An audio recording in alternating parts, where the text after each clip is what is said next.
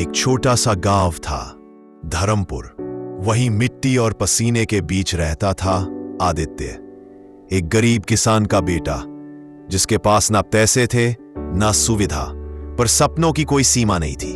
हर सुबह आदित्य अपने पिता के साथ खेत जाता, हाथ में हल थामता, लेकिन दिल में सपना थामे रहता।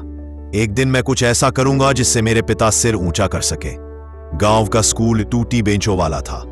कभी ब्लैक बोर्ड पर चौक खत्म हो जाता, कभी मास्टर जी नहीं आते, पर आदित्य हर दिन सबसे पहले स्कूल पहुंचता। वो मिट्टी में नंबर लिखकर मैथ्स की प्रैक्टिस करता, और जब सब बच्चे खेलते, वो पेड़ के नीचे बैठकर किताब पढ़ता। एक दिन उसके पिता ने पूछा, बेटा क्या बनेगा बड़ा होकर? आदित्य बोला, पिताजी मैं इंजीनियर बनूंगा, ताकि आपके जैसे किसी किसान को मजबूरी में खेत ना बेचना पड़े। पिता मुस्कुराए, पर भीतर जानते थे, गरीबी में सपनों का बोझ बहुत भारी होता है। एक बरसात में उनका घर टूट गया, खेत की फसल बर्बाद हो गई।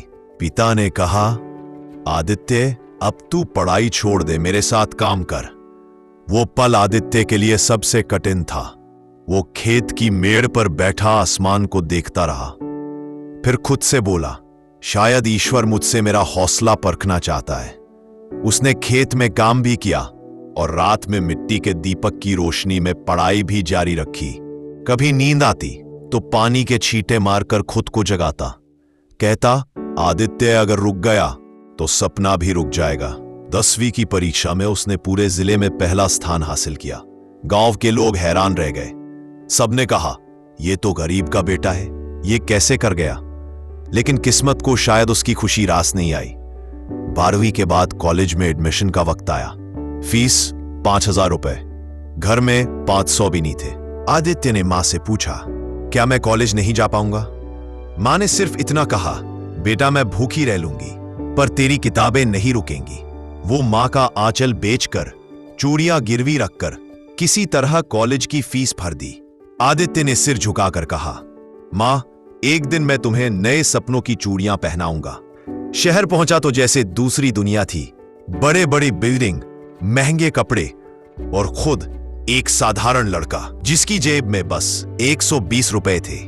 कॉलेज में सब उसका मजाक उड़ाते, कहते किसी गांव से आया है, इंग्लिश भी ढंग से नहीं बोल पाता। पर आदित्य ने मुस्कुराकर कहा, शायद मैं बोल नहीं पाता, लेकिन एक दिन मेरे काम बोलेगा। वो दिन में कॉलेज जाता और रात में रेस्टोरेंट में बर्तन धोता। कभी नींद आती तो किचन के कोने में ही सिर रखकर सो जाता। कभी भूख लगती तो बचा हुआ खाना खा लेता। लेकिन हर सुबह वो उठकर फिर वही वादा दोहराता, मैं रुकूंगा नहीं। कॉलेज में एक इनोवेशन कंपटीशन हुआ। विषय था गांव की समस्या का समाधान। सब बच्चों ने शानदार प्रोजेक्ट बनाए। आदित्य के पास लैपटॉप नहीं था, तो उसने हाथ से पूरी मशीन का डिजाइन बनाया। एक ऐसी सस्ती सिंचाई मशीन जो बिना बिजली के खेतों में पानी पहुंचा सके। सब हंसे, ये कागज पर क्या बना रहा है? लेकिन जब जजों ने देखा तो वो हैरान रह गए। आदित्य ने न सिर्फ डिजाइन बनाया था, बल्कि कबाड़ के हिस्सों से उसका वर्किंग मॉडल भी बना दिया था। वो जीत गया। पहली बार उसके पास एक ट्रॉफी थी, पर उससे बड़ी चीज आत्मविश्वास। कॉलेज खत्म हुआ, पर जॉब नहीं मिली।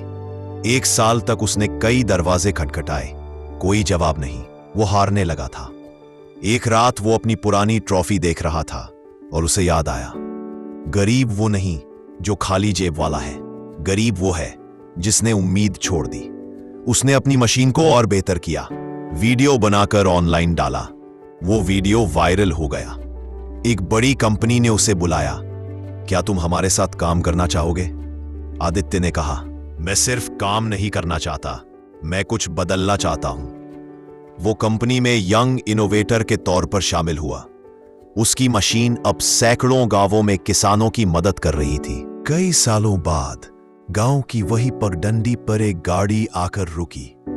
उसमें से उतरा वही आदित्य, सूट बूट में, पर आंखों में वही सादगी, वही मिट्टी की खुशबू।